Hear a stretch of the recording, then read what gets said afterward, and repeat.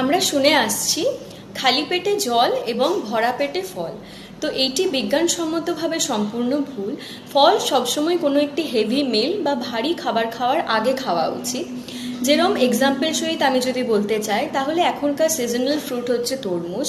তরমুজে প্রচুর পরিমাণে water content থাকে, প্রায় 95% মতো ওয়াটার থাকে, যেটি আমার বডিকে রিহাইড্রেট করতে সাহায্য করে।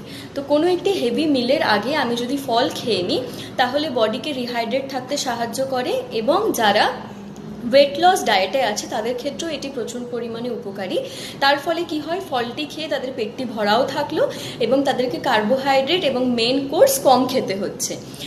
তো এই জন্যই বলা হয় যে ফল সবসময় কোনো একটি হেভি মিলের আগে খাওয়া উচিত। এবং জলের কথায় যদি আসি, জল আপনার যখন ইচ্ছা আপনি জল খেতে পারেন, কিন্তু খাবার খেতে খেতে নয়, বা খাবার খাওয়ার সদ্য পরে বা সদ্য আগে নয়। খাবার খাওয়ার